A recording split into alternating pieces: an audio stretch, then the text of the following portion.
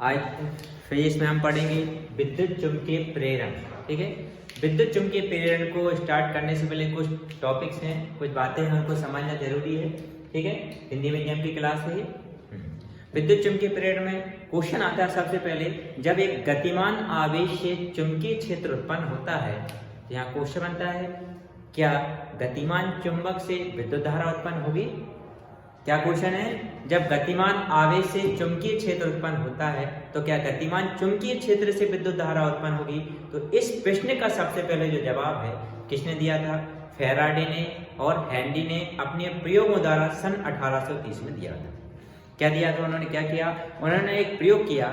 उन्होंने एक कुंडली को परिवर्तित चुंबकीय क्षेत्र में रखा और परिवर्तित चुंबकीय क्षेत्र में रखा तो तब उस कुंडली से बद्ध चुंबकीय फ्लक्स में क्या होगा, परिवर्तन हुआ। तो चुंबकीय फ्लक्स में परिवर्तन हुआ तो उसमें प्रेरित विद्युत वाहक बल उत्पन्न हुई, तो उसमें प्रेरित धारा बहने लगी। इस घटना को उन्होंने क्या नाम दिया, विद्युत चुंबकीय प्रेरण। तो विद्युत चुंबकीय प्रेरण क्या होती है, जब किसी कुंडली या परिपथ से बद्ध, क्वेश्चन क्या बना यहाँ पर, विद्युत चुंबकीय प्रेरण किसे कहते हैं, जब किसी कुंडली या परिपथ से बद्ध चुंबकीय फ्लक्स में परिवर्तन होता है तो उसमें प्रेरित विद्युत वाहक बल उत्पन्न होता है, जिससे उसमें प्रेरित धारा बहने लगती है। इस घटना को विद्युत चुंबकीय प्रेरण कहते हैं। ठीक है, अब यहाँ पर एक शब्द आया चुंबकीय फ्लक्स।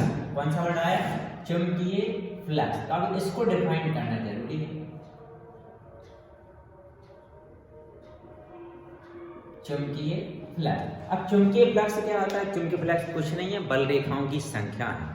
क्या चीज है, बल रेखाओं की संख्या। तो क्या परिभाषा बनेगी इसकी, किसी चुंबकीय क्षेत्र में स्थित क्षेत्रफल के लंबवत गुजरने वाली कुल बल रेखाओं की संख्या को चुंबकीय फ्लक्स कहते हैं। मतलब कोई चुंबकीय क्षेत्र होगा, उसमें क्या रखा रहेगा, क्षेत्रफल रहेगा, उससे क्या निकलेगी, लंबवत निकलेंगी बल रेखाएं। तो लंबवत गुजरने वाली बल रेखाओं की संख्या को, और कौन सी बल रेखाएं, चुंबकीय बल रेखाएं, उन्हीं बल रेखाओं की संख्या को क्या बोलते हैं, चुंबकीय फ्लक्स। फिर से समझिए डेफिनेशन को, चुंबकीय क्षेत्र में स्थित क्षेत्रफल के लंबवत गुजरने वाली कुल बल रेखाओं की संख्या को चुंबकीय फ्लक्स कहते हैं, और चुंबकीय फ्लक्स को हम प्रदर्शित करते हैं इस चिन्ह से, इसको क्या बोलते हैं, फाई। ठीक है, अब इससे रिलेटेड कुछ केसेस हैं, समझिए। यदि मान लिया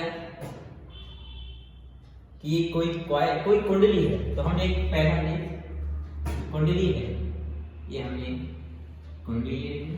ठीक है, इसका क्षेत्रफल कितना है, डेल ए क्षेत्रफल है। अब इससे जो बल रेखा है ये चुंबकीय क्षेत्र के कैसे स्थित है, लंबवत स्थित है।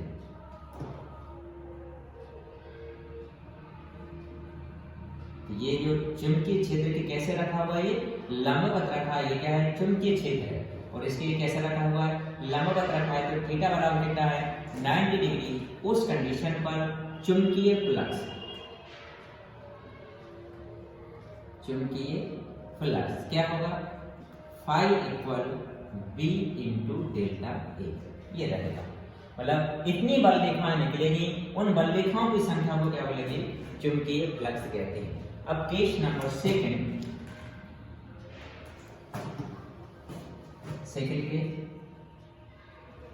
अब सपोज किया कि हमने जो चुंबकीय क्षेत्र है उसके लिए कैसा रखा हुआ, थीटा कोण बनाते हुए क्या रखा हुआ है, ये कोई कुंडली रखी है, कोई क्षेत्रफल है। तो जैसे सपोज किया हमने कि ये कोई कॉइल है और चुंबकीय क्षेत्र कैसे जा रहा है, इस तरीके से चुंबकीय क्षेत्र, ये क्या है, चुंबकीय क्षेत्र,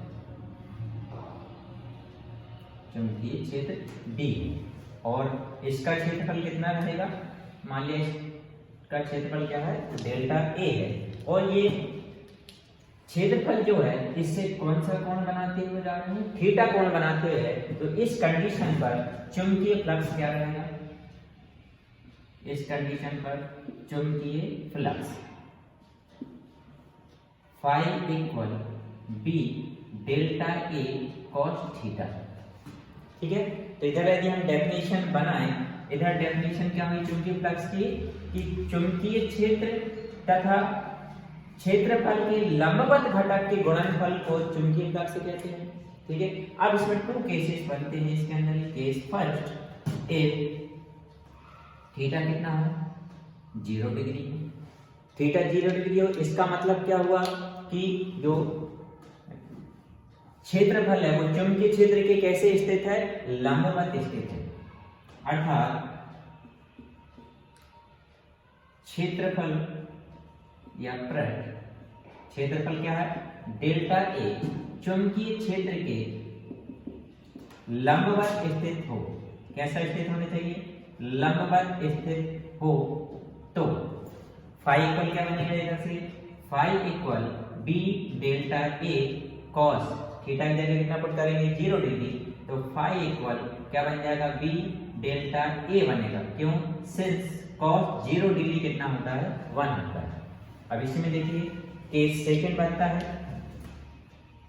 केस सेकंड इफ यदि थीटा कितना हो 90 डिग्री हो, इसका मतलब यह हुआ कि ये जो चुंबकीय क्षेत्र है और जो क्षेत्रफल है एक दूसरे के कैसे हैं, समांतर हैं। अर्थात क्षेत्रफल चुंबकीय क्षेत्र के समांतर, कैसा होना चाहिए, समांतर हो। तो समांतर कैसा हो जाएगा, जैसे हमने ये ले लिया कोई चुंबकीय कोई क्षेत्रफल डेल्टा ए ले लिया, ये एक दूसरे के समांतर हो जाएंगे इस तरीके से। तो इस केस में फाई इक्वल क्या हो जाएगा B delta A cos 90 degree. अब सिंस कॉस 90 डिग्री इक्वल क्या होता है 0, तो फाई इक्वल क्या हो जाएगा पूरा 0 हो जाएगा। इसका मतलब क्या हुआ कि जब क्षेत्रफल चुंबकीय क्षेत्र के समांतर स्थित हो तो उससे गुजरने वाला चुंबकीय फ्लक्स कैसा होता है, शून्य होता है, अर्थात न्यूनतम होता है। और जब क्षेत्रफल चुंबकीय क्षेत्र बी के लंबवत स्थित हो तो उससे गुजरने वाला चुंबकीय फ्लक्स फाई पर कितना रहेगा बी ए अधिकतम हो जाएगा, ठीक है। और यदि चुंबकीय क्षेत्र के क्षेत्रफल कैसा हो, थीटा कोण बनाते हुए रखा है, तो उस स्थिति में चुंबकीय फ्लक्स क्या रहेगा फाई इक्वल बी ए कॉस थीटा, ठीक है। और आते आगे ये हमने एरिया के लिया है डेल्टा ए लिया है, यदि एरिया इसकी जगह हम क्या ले लें, ओनली ए अकेला ले लें, तब हमारा चुंबकीय फ्लक्स क्या रहेगा, देखिए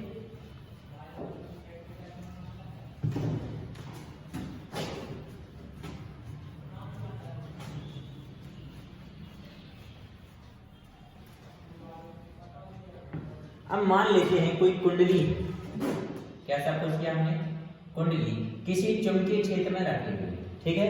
इसका क्षेत्रफल हमने क्या मान लिया ए, इसमें फेरों की संख्या क्या मान लेंगे हम n, ठीक है।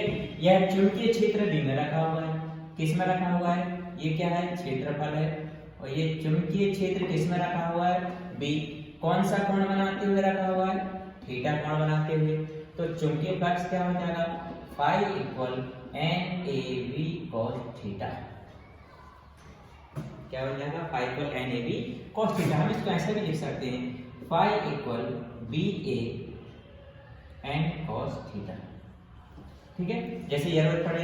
और यदि ये कुंडली चुंबकीय क्षेत्र के कैसे स्थित हो, लंबवत स्थित हो, तब थीटा इक्वल कितना हो जाएगा 0 डिग्री, तो cos 0 कितना होता है 1, तो उस स्थिति में चुंबकीय फ्लक्स फाई इक्वल कितना बनेगा बी ए एन, या क्या बन जाएगा एन ए बी, ठीक है ना। ये हमने क्या पढ़ा, चुंबकीय फ्लक्स पढ़ा। अब इसमें चुंबकीय फ्लक्स का मात्रक याद रखिए, चुंबकीय फ्लक्स का मात्रक क्या होता है, चुंबकीय फ्लक्स का मात्रक, फ्लक्स का मात्रक। तो चुंबकीय फ्लक्स का मात्रक क्या रहता है, याद रखिए वेबर। कौन सा मात्रक है ये, एसआई मात्रक। तो चुंबकीय फ्लक्स का एसआई मात्रक, कौन सा मात्रक, एसआई मात्रक क्या रहता है वेबर होता है, ठीक है। और सीजीएस मात्रक, तो चुंबकीय फ्लक्स का सीजीएस मात्रक होता है मैक्सवेल, ठीक है। अब इसमें ऑब्जेक्टिव के लिए याद रखिए 1 वेबर इक्वल होता है 10 की पावर 8 मैक्सवेल, और इसका विमेय सूत्र होता है ml2 t-2 a-1, क्लियर है। ठीक, क्या क्या याद रखना आपके लिए और ऑब्जेक्टिव के लिए? चुंबकीय फ्लक्स का क्या पढ़ रहे थे हम अभी? चुंबकीय फ्लक्स का SI मात्रक वेबर होता है और सीरियस मात्रक क्या होता है? मैक्सवेल। एंड 1 वेबर इक्वल कितना होता है? 10 की पावर 8 मैक्सवेल होता है। बेमेर सूत्र क्या रहता है चुंबकीय फ्लक्स का? ml2 t-2 a-1 होता है। ठीक है, अब हम आते हैं विद्युत चुंबकीय प्रेरण संबंधित फैराडे के नियम। तो सबसे पहला नियम है कि जब किसी कुंडली और चुंबक के बीच आपेक्षिक गति होती है तो कुंडली से बद्ध चुंबकीय फ्लक्स में परिवर्तन होता है, जिससे उसमें प्रेरित विद्युत भाग बल उत्पन्न होता है, तो जिससे उसमें प्रेरित धाराएं बहने लगती हैं तथा प्रेरित धारा तब तक बहती है जब तक कि चुंबकीय फ्लक्स में परिवर्तन जारी रखा जाए। ये हो गया प्रथम नियम। अब द्वितीय नियम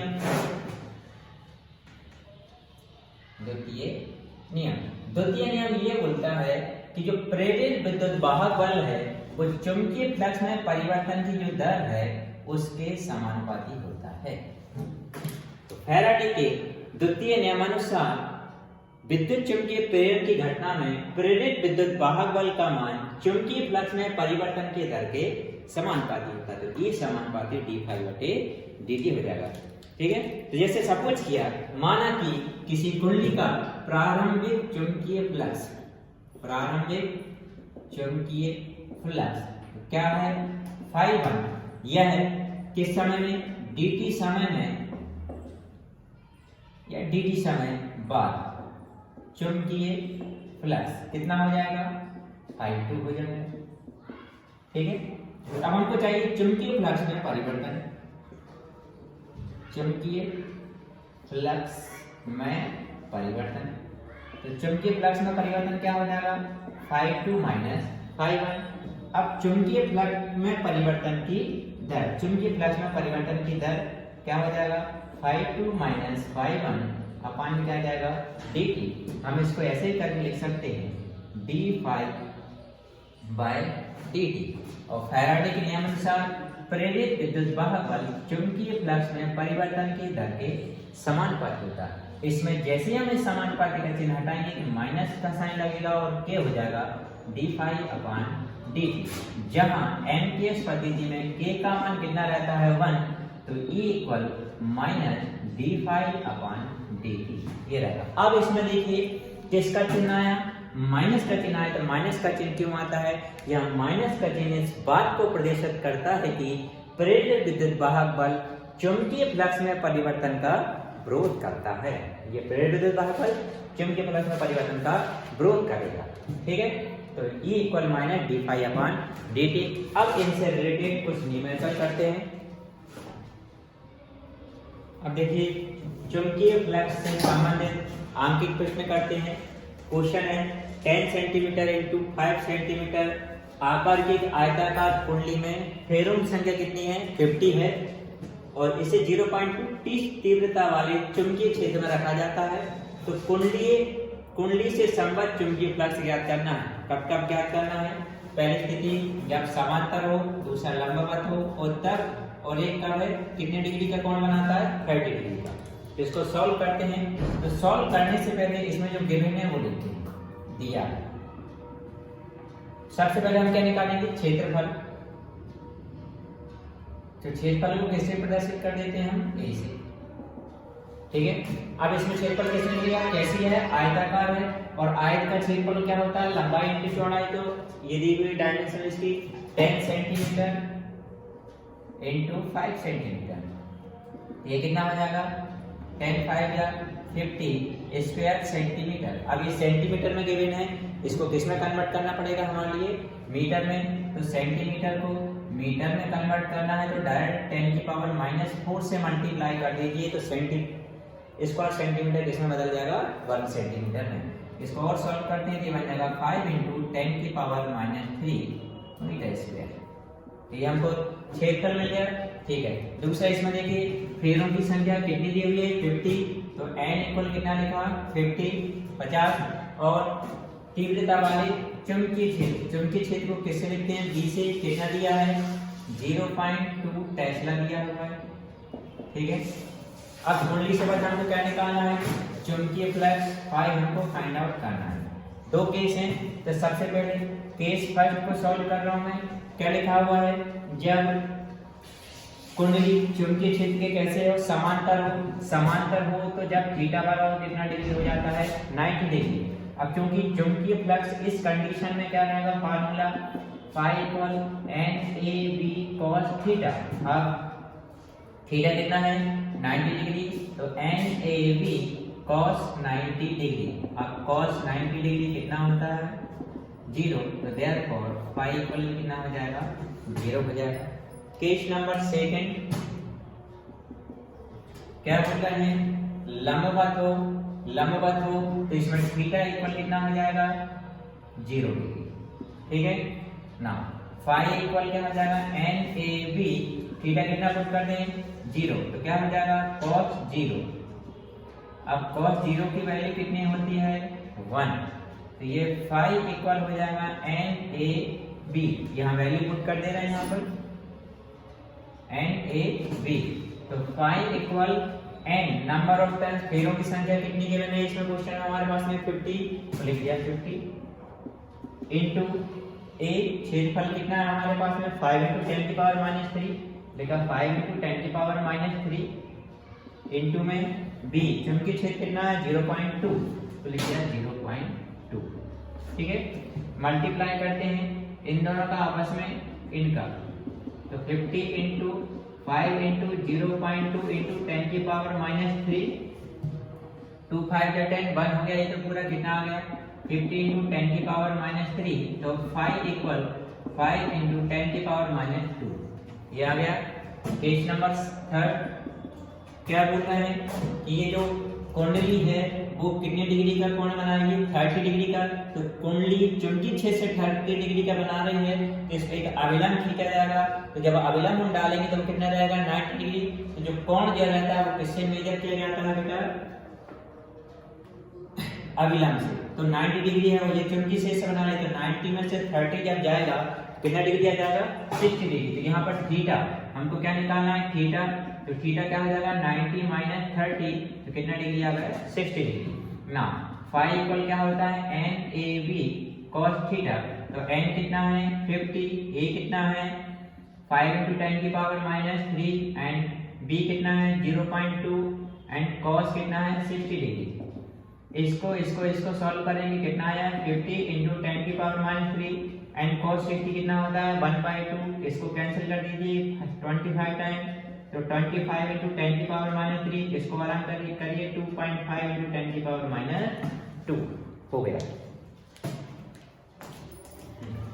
अब सम है कि कुंडली से बद्ध चुंबकीय फ्लक्स कितने सेकंड में, 0.1 सेकंड में 12 × 10⁻³ वेबर से घटकर 6 × 10⁻³ वेबर रह जाता है, तो प्रेरित विद्युत वाहक बल की गणना कीजिए। तो सबसे पहले इस क्वेश्चन में जो गिवन है वो लिखते हैं, क्या गिवन है, कितने समय में 0.01 सेकंड में, तो dt इक्वल कितना हो गया 0.01 सेकंड। ठीक है, अब इसमें देखिए दो चुंबकीय फ्लक्स हैं, तो फर्स्ट वाला क्या हुआ, φ1 इक्वल 12 × 10⁻³ वेबर एंड φ2 इक्वल कितना हो जाएगा 6 × 10⁻³ वेबर। क्या फाइंड आउट करना है, प्रेरित विद्युत वाहक बल E हमको फाइंड आउट करना है। अब हमारे पास में फार्मूला है, since E equal -φ2 - φ1 divided by dt। ठीक है, तो φ माइनस का साइन करना है, φ2 कितना है हमारे पास 6 × 10⁻³ देखा 6 × 10⁻³ माइनस φ1 कितना है 12 × 10⁻³ डिवाइडेड बाय dt कितना है 0.01 देखा 0.01 माइनस इन दोनों में क्या कॉमन निकाला 10⁻³ बचेगा क्या 6 एंड 12 हो गया 6 - 12 डिवाइडेड बाय 0.01 को क्या लिख सकते हैं 10⁻² लिख सकते हैं। ये बचेगा माइनस का 6 तो माइनस माइनस फिर 6 हो गया प्लस का 6 × 10⁻³ डिवाइडेड बाय -2 तो 6 इंटू 10 की पावर माइनस 3, ये अपान में पावर माइनस की थी, ऊपर जाके प्लस की हो गई, ये बन गया 6 इंटू 10 की पावर माइनस 1 ई। इसको और आगे बढ़ाएंगे तो ई इक्वल 0.6 वोल्ट आंसर आ गया। ठीक है, क्या ये मैंने यदि क्या क्या मैंने यहाँ पर यदि 5 इक्वल इतना दिया हुआ है तो t बराबर 2 सेकंड पर विद्युत वाहक बल ज्ञात कीजिए। ये विद्युत वाहक बल ई हमको फाइंड आउट करना है। तो सॉल्व में सबसे पहले लिखा दिया है 5 इक्वल कितना है 2t² माइनस 5t प्लस 7 कितने सेकंड पर t बराबर 2 पर 2 क्या है सेकंड पर हमको क्या निकालना विद्युत वाहक बल ई हमको निकालना है। ठीक है, हमारे पास फार्मूला क्या है, मोस्ट आईएमपी क्वेश्चन है, एग्जाम आने का एक क्वेश्चन है।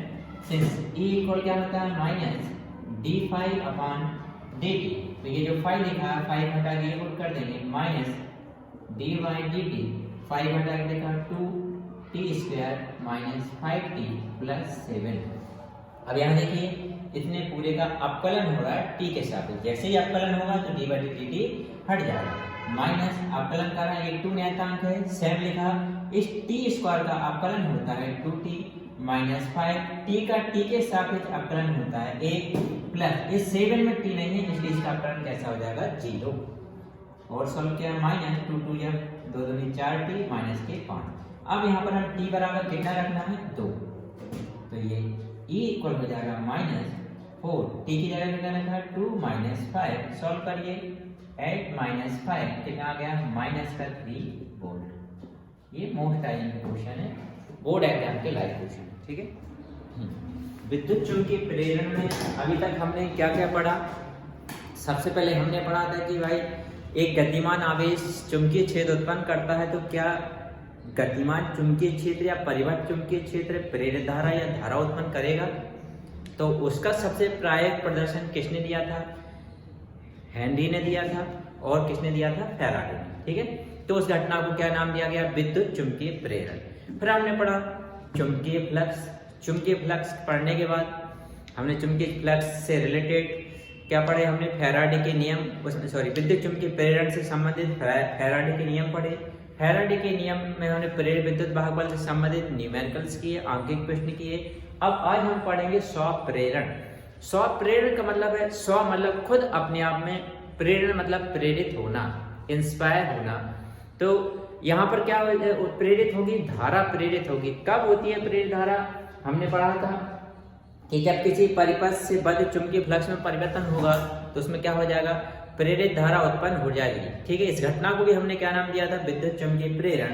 तो वही भी एक चीज यदि बोले तो वो क्या कहलाता है, स्वप्रेरण होता है। जैसे यदि हम क्या है स्वप्रेरण पढ़ रहे हैं तो स्वप्रेरण क्या कहलाएगा कि जब किसी परिपथ या कुंडली से बद्ध चुंबकीय फ्लक्स में परिवर्तन होता है तो उसमें प्रेरित धारा उत्पन्न हो जाती है। तो चुंबकीय फ्लक्स में परिवर्तन कब होगा, जब उसमें प्रवाहित धारा में परिवर्तन होगा।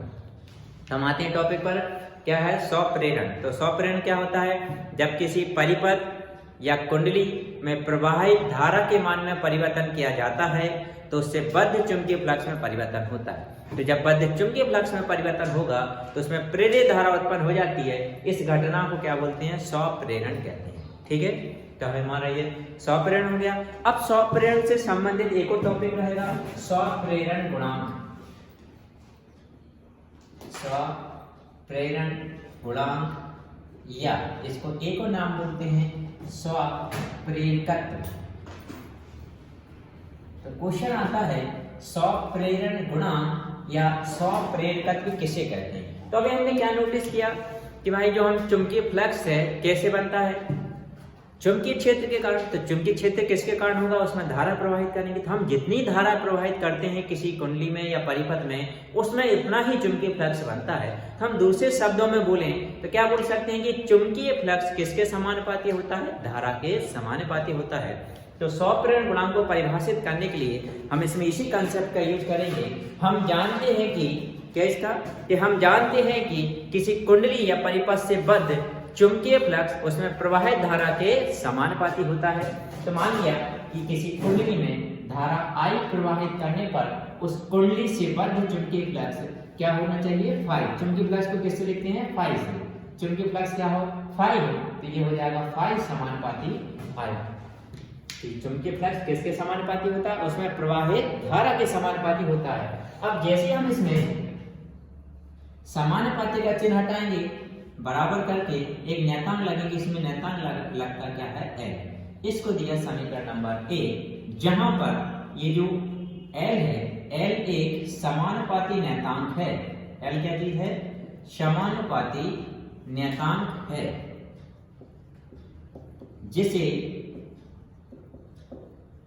क्या बोलते हैं, स्वप्रेरण गुणांक कहते हैं। स्वप्रेरण गुणांक कहते हैं।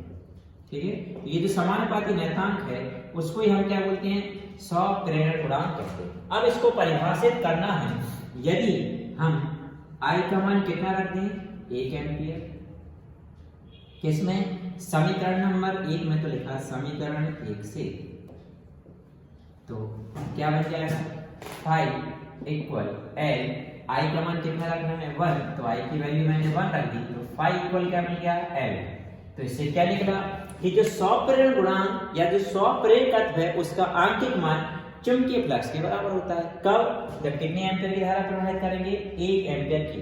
तो साइंस में 1 को क्या बोलते हैं, एकांक एम्पियर। तो इतने एम्पियर की धारा प्रवाहित करेंगे, उससे बाद जो चुंबकीय फ्लक्स रहेगा उसको हम क्या बोलेंगे, स्वप्रेरण गुणांक या स्वप्रेरकत्व। तो परिभाषा देखिए, सुनिए क्या बनेगा, अतः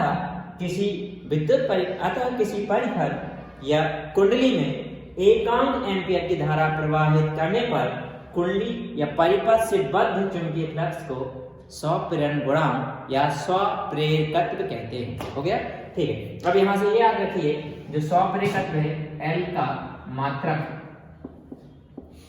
क्या होता है, हेनरी।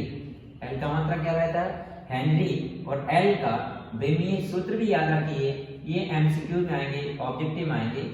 विमीय सूत्र क्या होता है, ml2 t-2 a-2, ये विमीय सूत्र। और इसके साथ ये भी याद रखिए कि जो स्वप्रेरकत्व है वो कैसी राशि है, अदिश राशि। ठीक है, ये स्वप्रेरकत्व हो गया।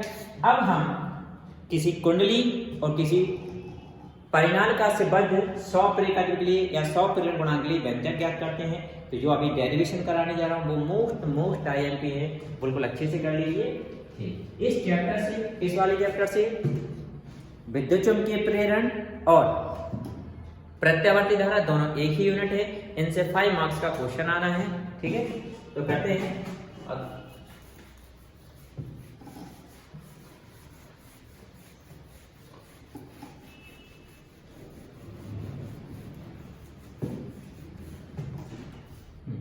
किसी वृत्ताकार कुंडली या धारावाही कुंडली के स्वप्रेरकत्व या स्वप्रेरण गुणांक के लिए व्यंजक।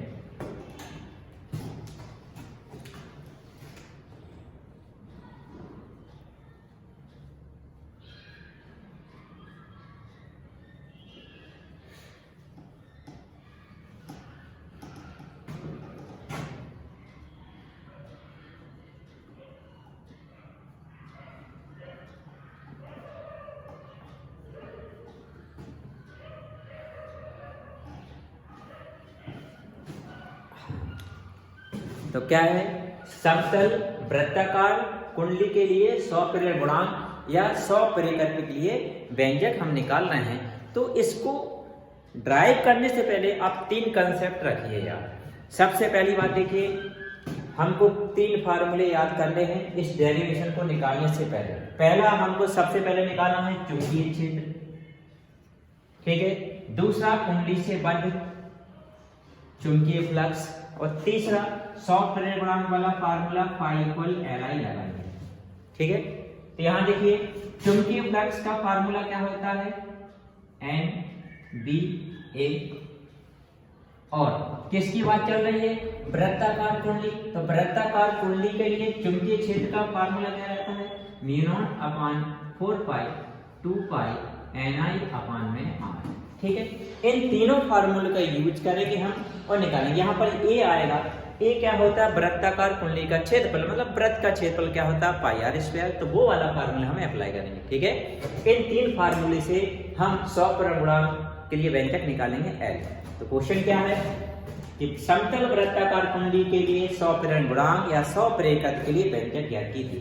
फर्स्ट ऑफ ऑल हम थ्योरी में क्या लिखेंगे, माना कि एक समतल वृत्ताकार कुंडली है जिसकी त्रिज्या r है तथा इसमें फेरों की संख्या n है, इसमें धारा I प्रवाहित करने पर इसके केंद्र पर चुंबकीय क्षेत्र की तीव्रता। हमने क्या क्या सबूत किया, माना कि कुंडली, ये जो वृत्ताकार कुंडली है, इस कुंडली की क्या माने हम, त्रिज्या। तो त्रिज्या क्या सबूत कर ली, r, फेरों की संख्या, फेरों की संख्या क्या हो गई n, इसमें हम क्या प्रवाहित करेंगे, धारा I प्रवाहित करेंगे। तो इसके केंद्र पर चुंबकीय क्षेत्र की तीव्रता, कुंडली के केंद्र पर चुंबकीय क्षेत्र की तीव्रता, कुंडली के केंद्र पर चुंबकीय क्षेत्र की तीव्रता। तो कुंडली के केंद्र पर हम चुंबकीय क्षेत्र की तीव्रता क्या होती है, अभी मैंने लिखा था V = μ0/4 2 pi Ni/r। अब यहाँ पर जो कैंसिल हो रहा है उनको कैंसिल कर देते हैं, पाई से पाई कैंसिल हो गया, एंड 2 से 4 कितने टाइम्स कैंसिल हो गया, 2 टाइम्स। तो हमारे लिए फार्मूला मिल गया V = μ0, ऊपर क्या बचा है Ni और अपान में 2r। इसको मैंने इक्वेशन नंबर 1 लिख दिया, ठीक है। अब यदि मान लेते हैं, यदि कुंडली से बद्ध चुंबकीय फ्लक्स, यदि कुंडली से संबद्ध चुंबकीय फ्लक्स क्या मान लें, फाई हो, तो क्या हो, फाई हो, तो हमारे पास फार्मूला क्या बन जाएगा, फाई = NBA, ये बनेगा, जहां चूंकि A क्या चीज है, कुंडली का क्षेत्रफल, कुंडली का क्षेत्रफल। तो कुंडली का क्षेत्रफल क्या होता है, पाई r² होता है। तो यहाँ वैल्यू पुट कर दूंगा, तो ये फाई = NB, पाई A को हटा के क्या पुट करेंगे, पाई r²। इसको दे दिया समीकरण नंबर 2। अब देखिए समीकरण 1 से b का मान हम किस में रख दें, समीकरण नंबर 2 में। तो लिख सकते हैं समीकरण 1 से b का मान समीकरण नंबर 2 में रखने पर हम ऐसा भी लिख सकते हैं समीकरण 1 व समीकरण 2 से। तो लिखा समीकरण 1 व समीकरण 2 से। तो ये फाई = n लिखा, इस b को हटा के ये b की वैल्यू पुट कर रहे थे, कितना है हमारे पास में b की वैल्यू, μ0 Ni/2r। तो लिखा μ0 Ni/2r, और ये पाई r² की जगह है पाई r²। अब यहाँ देखिए ये जो r का स्क्वायर है इस r से कैंसिल हो गया, तो हमारे लिए फार्मूला क्या मिला, फाई = μ0 की जगह μ0, यहाँ देखिए n में n का मल्टीप्लाई हो जाएगा तो क्या हो जाएगा n², i की जगह i और अपान में i की जगह i और फाई की जगह पाई और r की जगह i, अपान कितना हो गया 2। क्या मिला हमारे लिए फार्मूला, ये μ0 n में n का मल्टीप्लाई n², ये i की जगह i दिया, पाई की जगह पाई और r की जगह r और अपान में 2। इसको दिया इक्वेशन नंबर 3, समीकरण नंबर 3। अब लिखा यदि, अब तीसरा वाला फार्मूला कौन सा अप्लाई होगा, ये वाला। तो सौपरण गुणांक क्या मान लेते हैं L। तो लिखा यदि कुंडली का सौपरण गुणांक, यदि कुंडली का सौप्रेरण गुणांक या सौप्रेरकत्व क्या हो, L हो, तो फाई बराबर क्या होता है, Li होता है। इसको दे दिया समीकरण नंबर 3। अब लिखते हैं समीकरण 4 दिया, लिखा समीकरण 3 व समीकरण 4 से। तो दोनों में देखिए लेफ्ट साइड इक्वल है, तो कौन सा साइड इक्वल कर दें, राइट से राइट को इक्वल कर दें, ठीक है। तो इसका राइट हैंड साइड क्या है हमारे पास में, Li इक्वल, इसका राइट हैंड साइड लिखा μ0 n² i पाई r/2। अब दोनों साइड देखिए i है तो i से i कैंसिल हो गया, जो रिमेनिंग पार्ट बचा हुआ है वो इसका क्या हो गया, फार्मूला क्या बचा हुआ है, L इक्वल μ0 n² पाई r/2। हो गया? ठीक, क्या था क्वेश्चन? समतल वृत्ताकार कुंडली के लिए 100 प्रेरण गुणांक या 100 प्रेरक के लिए व्यंजक। तो हमने लिखा थ्योरी में, माना कि समतल वृत्ताकार कुंडली की त्रिज्या r, इसमें फेरों की संख्या n, धारा क्या है I है, इसमें क्या प्रभावित कर रहे हैं? धारा I। तो कुंडली के केंद्र पर चुंबकीय क्षेत्र की तीव्रता ये बनेगी, यहाँ से V इक्वल मिल गया। अब कुंडली से बंधित चुंबकीय प्लस कैसा कुछ किया फाई, तो फाई इक्वल क्या होता है? एन बी ए। हम यहाँ एक क्या चीज है? कुंडली का क्षेत्रफल। कुंडली का क्षेत्रफल क्या होता है? पाई आर स्क्वायर। ठीक है, तो इस एक घटा के पाई आर स्क्वायर वैल्यू पुट कर दी। अब हम समीकरण 1 से v का मान समीकरण नंबर 2 में रखना है, तो 2 में ये हमने वैल्यू पुट कर दी। इसको सॉल्व करके ये मिला। अब हमने माना कुंडली का 100 प्रेरण गुणांक या 100 प्रेरक क्या हो? L हो। तो फाई इक्वल क्या होता है? Li। तो लेफ्ट लेफ्ट इक्वल थे, हमने राइट राइट इक्वल कर दिए, I से I को कैंसिल कर दिए, फार्मूला बन गया। अब यहीं से क्वेश्चन बनता है एक और कि समतल वृत्ताकार कुंडली के का 100 प्रेरकत्व को कैसे बढ़ाया जा सकता है, या ये किन किन कारकों पर निर्भर करता है। तो पहला पॉइंट आता है कि पदार्थ की चुंबकीयशीलता पर। तो पदार्थ की चुंबकनशीलता अधिक होने पर 100 प्रेरण गुणांक का मान अधिक होता है। दूसरी बात, फेरों की संख्या पर, कुंडली में फेरों की संख्या जितनी ज्यादा रहेगी 100 प्रेरण गुणांक का मान भी उतना ही अधिक रहेगा। तीसरी बात, कुंडली की त्रिज्या या कुंडली के आकार पर। तो कुंडली की त्रिज्या या आकार अधिक होने पर 100 प्रेरण गुणांक का मान भी अधिक होता है। ठीक है, अभी हमने समतल वृत्ताकार कुंडली के 100 प्रेरण गुणांक निकाला। अब हम निकालेंगे परिनालिका के लिए।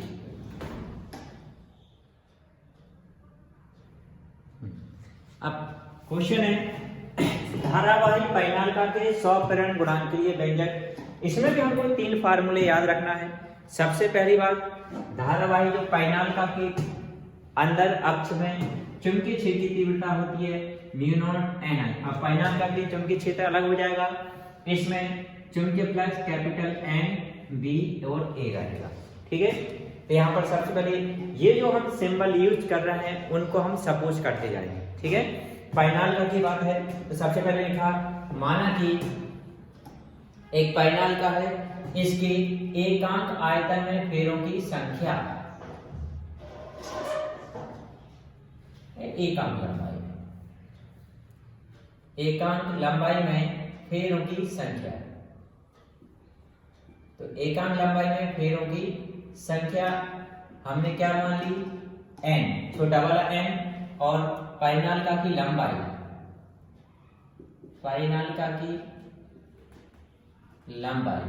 तो परिनालिका की लंबाई हमने कैसा पुट की है? Small l। तो क्या माना कि परिनालिका की लंबाई स्मॉल l, इसके एकांक लंबाई में फेरों की संख्या कितनी मान ली? छोटा वाला n। तो कुल फेरों की संख्या, इसमें परिनालिका में कुल फेरों की संख्या, तो कुल फेरों की संख्या को हम किससे डिनोट करेंगे? कैपिटल N से। तो कुल फेरों की संख्या हो जाएगी स्मॉल n। तो इसको दे दिया समीकरण नंबर 1। ठीक है, अब हम कुंडली में क्या प्रभावित करेंगे? धारा I, सॉरी परिनालिका में धारा I प्रवाहित करने पर, परिनालिका में धारा I प्रवाहित करने पर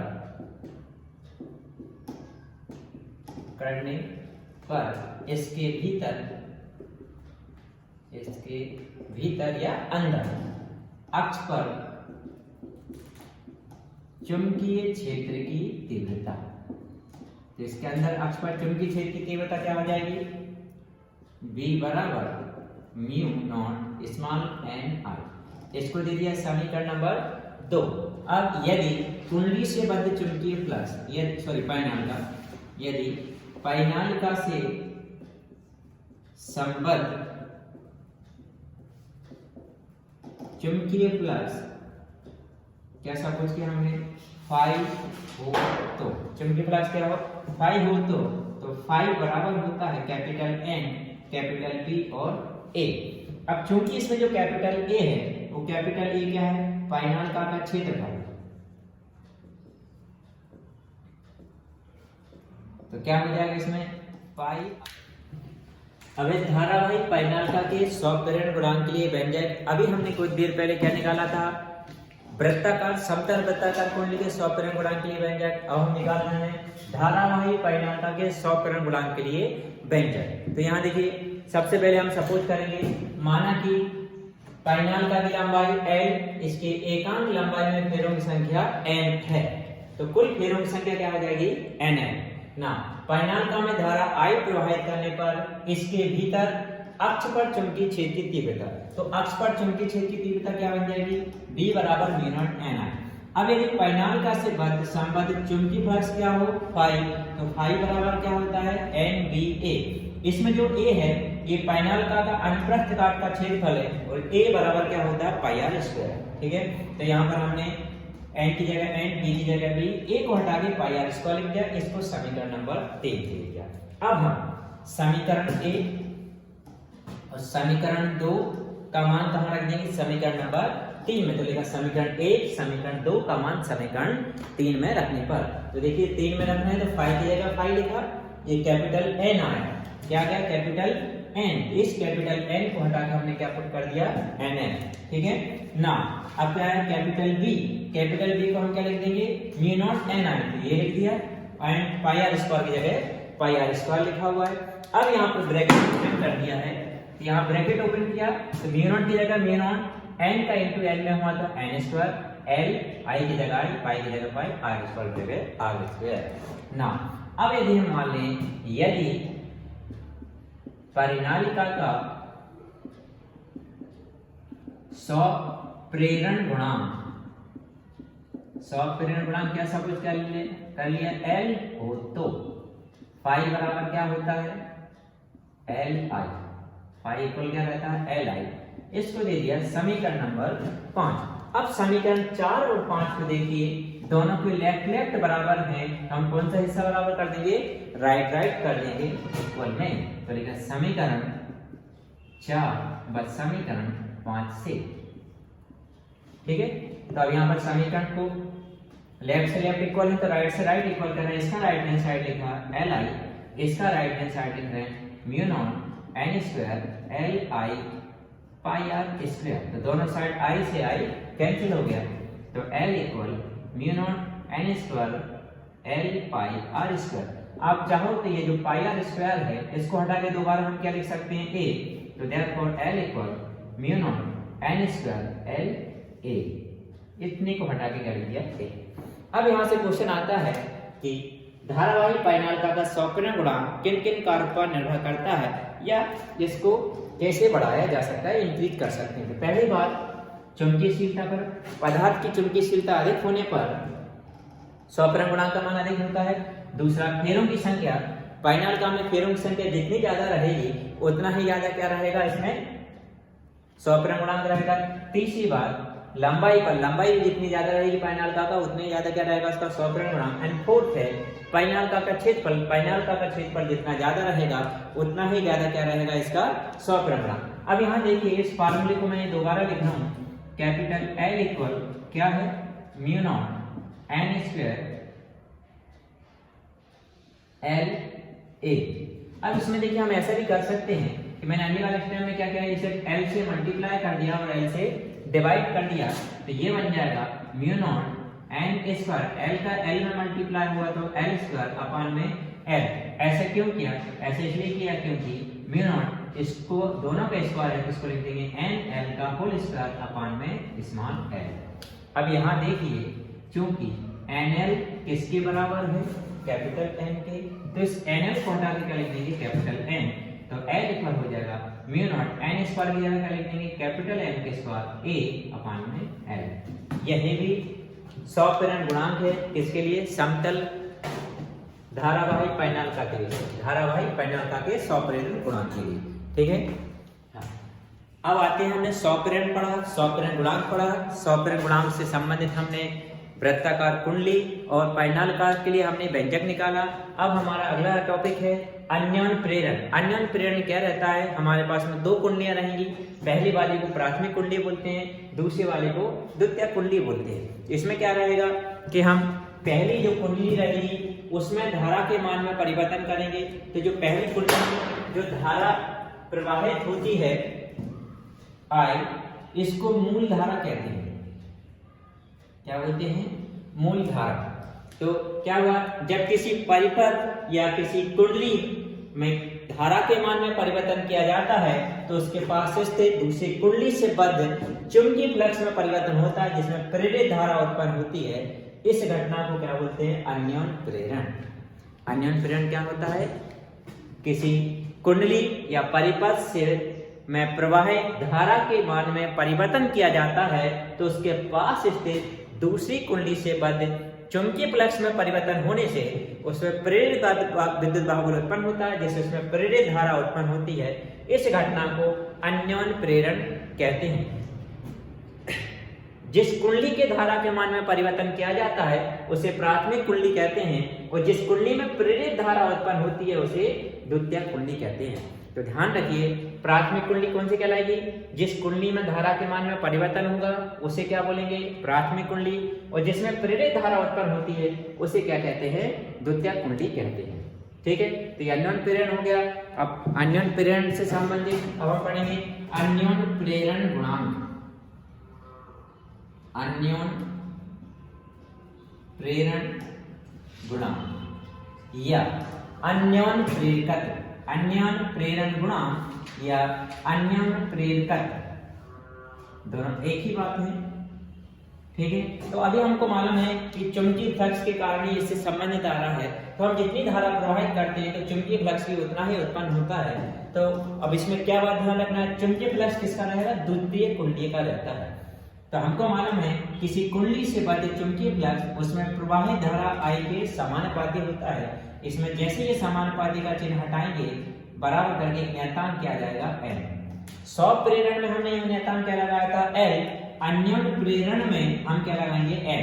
M क्यों लगाते हैं? M फॉर होता है म्यूचुअल इंडक्शन, जिसका मतलब होता है अन्योन प्रेरण। तो यहाँ पर M एक नियतांक है जिसे अन्योन प्रेरण गुणांक कहते हैं। क्या कहते हैं? अन्योन प्रेरण गुणांक कहते हैं। ठीक है, अब इसमें हमको परिभाषित करना है M को, तो इसको समीकरण 1 दिया तो लिखा समीकरण 1 में यदि हम I का मान कितना रख दें? 1, तो लिखा समीकरण 1 से यह फाई बराबर M, I का मान कितना रखा? 1, तो फाई इक्वल कितना आ गया? M ही आ गया। ठीक है, अब यहाँ नोटिस करने वाली बात यह है कि फाई को ही क्या बोल रहे हैं? अन्योन प्रेरण गुणांक या अन्योन प्रेरकत्व कह रहे हैं, तो फाई ही क्या रहेगा? अन्योन प्रेरण गुणांक रहेगा। लेकिन ये फाई किसका रहेगा? चुंबकीय फ्लक्स रहेगा द्वितीयक कुंडली का। कौन सी कुंडली का? द्वितीयक कुंडली से संबद्ध चुंबकीय फ्लक्स। तो फाई क्या है? द्वितीयक कुंडली से बद्ध चुंबकीय फ्लक्स। और ये I 1 एम्पीयर की धारा जो प्रवाहित की जाएगी वो किसमें प्रवाहित की जाएगी? प्राथमिक कुंडली में। किसमें? प्राथमिक कुंडली में। तो परिभाषा क्या बनी? अतः एकांक एम्पीयर की धारा प्राथमिक कुंडली में प्रवाहित करने पर द्वितीयक कुंडली से बद्ध चुंबकीय फ्लक्स को ही अन्योन प्रेरण गुणांक या अन्योन प्रेरकत्व कहते हैं। दो तरीके से परिभाषित कर सकते हैं। पहली परिभाषा कि एकांक एम्पीयर की धारा प्राथमिक कुंडली में प्रवाहित करने पर द्वितीयक कुंडली से संबद्ध चुंबकीय फ्लक्स को क्या बोलते हैं? अन्योन प्रेरण गुणांक या अन्योन प्रेरकत्व कहते हैं। और एक और तरीके से क्या बोलेंगे? कि अन्योन प्रेरकत्व या अन्योन प्रेरण गुणांक द्वितीयक कुंडली से बद्ध चुंबकीय फ्लक्स के आंकिक मान के बराबर होती है। कब? जब प्राथमिक कुंडली में एकांक एम्पीयर की धारा प्रवाहित की जाए। ठीक है, अब इसमें याद करना है आपको M क्या चीज है? अन्योन प्रेरण गुणांक। इसका मात्रक क्या होता है? हेनरी और बीमीय सूत्र M का मात्रक। M का मात्रक क्या है? हेनरी है। दूसरा बीमीय सूत्र क्या है? Ml2T-2 A-2। जो सॉप्रेरण गुणांक का मात्रक था और जो बीमीय सूत्र था वही अन्योन प्रेरण गुणांक और उसका बीमीय सूत्र रहेगा। अन्योन प्रेरण गुणांक का मात्रक और बीमीय सूत्र रहेगा। ठीक है, अब हम अन्योन प्रेरण गुणांक के लिए व्यंजक निकालेंगे। पहले किसके लिए? वृत्ताकार कुंडली के लिए, और फिर दूसरा किसके लिए? परिनालिका के लिए। अब इसमें एक नोटिस करने वाली बात यह है कि यहाँ पर जो चुंबकीय फ्लक्स जो रहेगा हम किसका लिखेंगे? द्वितीयक कुंडली का। तो धारा हम किसमें प्रवाहित कर रहे हैं? प्राथमिक कुंडली में। तो चुंबकीय क्षेत्र हम किसका लेंगे? प्राथमिक कुंडली का। ध्यान रखिए, जब हम अन्योन्य प्रेरण गुणांक के लिए व्यंजक निकालेंगे, चाहे हम परिणाम का लिए निकालें और चाहे हम किसके लिए निकालें, वृत्ताकार कुंडली के लिए, तो चुंबकीय क्षेत्र जो हम किसका लेंगे? प्राथमिक कुंडली का, और चुंबकीय फ्लक्स किसका लिया जाएगा? द्वितीयक कुंडली का। ठीक है, अब देखिए हमारे पास क्वेश्चन है, दो समतल वृत्ताकार कुंडलियों के बीच अन्योन्य प्रेरण गुणांक या अन्योन्य प्रेरकत्व के लिए व्यंजक ज्ञात कीजिए। तो यहाँ पर हमारे पास दो कुंडली रहेंगी। जब दो कुंडली हैं तो दोनों की त्रिज्याएं अलग अलग रहेंगी। ठीक है, तो मान लिया कि एक कुंडली ये प्राथमिक कुंडली और दूसरी ये द्वितीयक कुंडली। ठीक है, ये कौन सी कुंडली है? प्राथमिक कुंडली, प्राथमिक कुंडली, और ये कौन सी हो गई? द्वितीयक कुंडली, द्वितीयक कुंडली। अब इसमें इनमें त्रिज्याएं सपोज करनी पड़ेगी। माना प्राथमिक कुंडली के लिए, किसके लिए निकाल रहे हैं हम? प्राथमिक कुंडली की त्रिज्या R1, इसमें फेरों की संख्या क्या हो जाएगी? N1। अब द्वितीयक कुंडली में, द्वितीयक कुंडली में त्रिज्या इसकी क्या सपोज कर ली? R2, और इसमें फेरों की संख्या क्या हो जाएगी? N2 हो जाएगी। ठीक है, तो फेरों की संख्या क्या होगी इसमें? N2। अब हमको चुंबकीय क्षेत्र किसका लेना है? प्राथमिक कुंडली में। तो अपन प्राथमिक कुंडली में धारा प्रवाहित करेंगे I, तो उसके केंद्र पर क्या उत्पन्न होगा? चुंबकीय क्षेत्र B। तो लिखा, यदि प्राथमिक कुंडली में, प्राथमिक कुंडली में क्या प्रवाहित कर रहे हैं? धारा I, तो इसके केंद्र पर चुंबकीय क्षेत्र की तीव्रता, कहां पर? इसके केंद्र पर चुंबकीय क्षेत्र की तीव्रता, या चुंबकीय क्षेत्र अकेला बोल सकते हैं। इसके केंद्र पर चुंबकीय क्षेत्र की तीव्रता क्या हो जाएगा? B equal mu not upon 4 pi 2 pi Ni अपान में R। ये तो चुंबकीय क्षेत्र की तीव्रता का फार्मूला है। अब चूंकि कौन सी है कुंडली? प्राथमिक कुंडली, तो ये N1 और R1 हो जाएगा। ठीक है, अब यहाँ कैंसिल करते हैं, 2 से 4 कैंसिल, 2 2 जा, पाई से पाई कैंसिल हो गया। तो यहाँ पर हमको चुंबकीय क्षेत्र कितना मिल गया? B इक्वल ऊपर म्यू नॉट और N1I और अपान में 2R1। इसको समीकरण नंबर 1 दे दिया। अब हम चुंबकीय क्षेत्र प्राथमिक कुंडली का ले लिया, तो चुंबकीय फ्लक्स किसका होगा? द्वितीयक कुंडली का होगा। तो लिखा, यदि द्वितीयक कुंडली से संबद्ध चुंबकीय फ्लक्स, संबद्ध चुंबकीय फ्लक्स क्या हो? फाई हो, तो फाई बराबर क्या हो जाएगा? फार्मूला क्या होता है? NBA होता है। अब क्योंकि ये द्वितीयक कुंडली का है, इसलिए फेरों की संख्या किसकी रहेगी? द्वितीयक कुंडली का। क्षेत्रफल भी क्या रहेगा? द्वितीयक कुंडली का। ठीक है, अब चूंकि A2 जो है वो क्या चीज है? द्वितीयक कुंडली का क्षेत्रफल, द्वितीयक कुंडली का क्षेत्रफल, तो ये क्या हो जाएगा? पाई आर स्क्वायर होता है द्वितीयक कुंडली का, इसलिए क्या कर देंगे? पाई आर टू का स्क्वायर। ना ये वैल्यू जो है ये क्या है? A2 है, A2 को हम यहाँ पुट कर देंगे, तो हमारे लिए ये पाई इक्वल हो जाएगा N2B पाई R2 का स्क्वायर। इसको दे दिया समीकरण नंबर 2। ठीक है, अब इन फार्मूले को मिटा देता हूं, इनकी जरूरत नहीं है।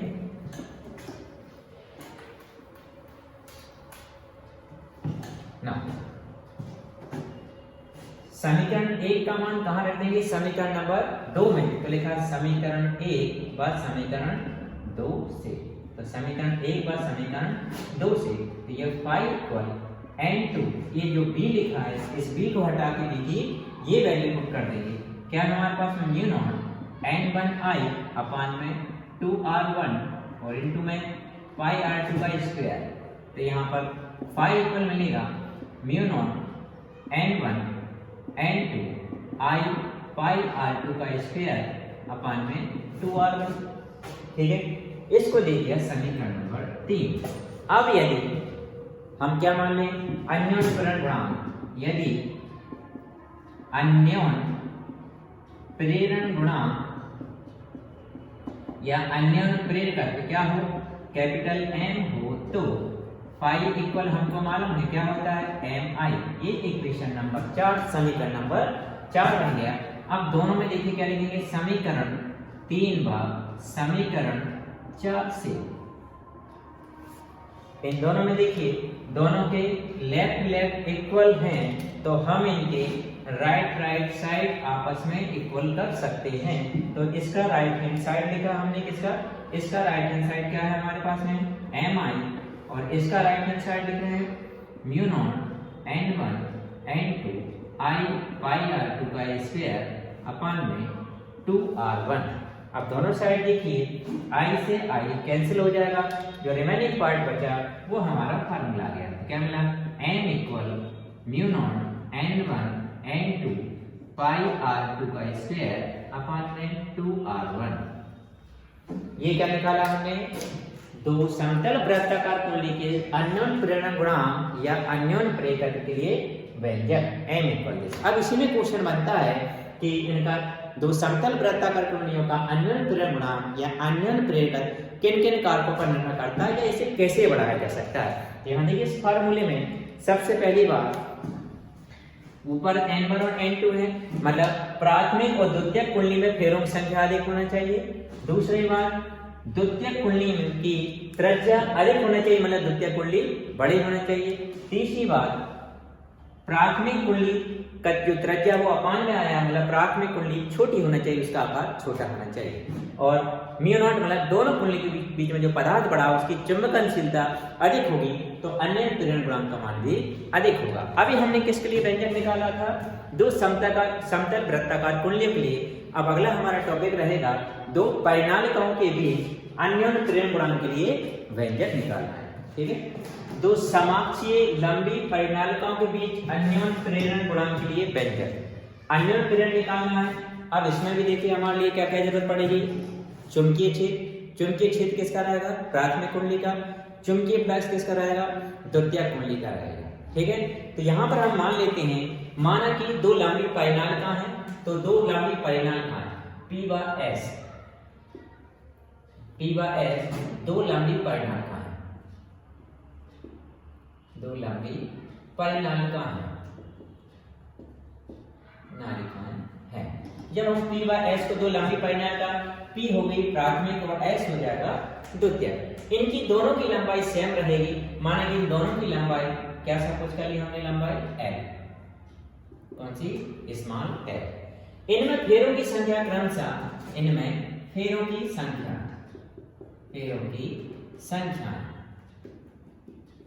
क्या सपोज कर लेना है, क्रमशः प्राथमिक में n1 और द्वितीयक में n2। ठीक है, और इनकी लंबाई क्या है L। फेरों की संख्या क्या मानी हमने, n1 व n2। ठीक है, तो हमको प्राथमिक कुंडली में कुल फेरों की संख्या, तो प्राथमिक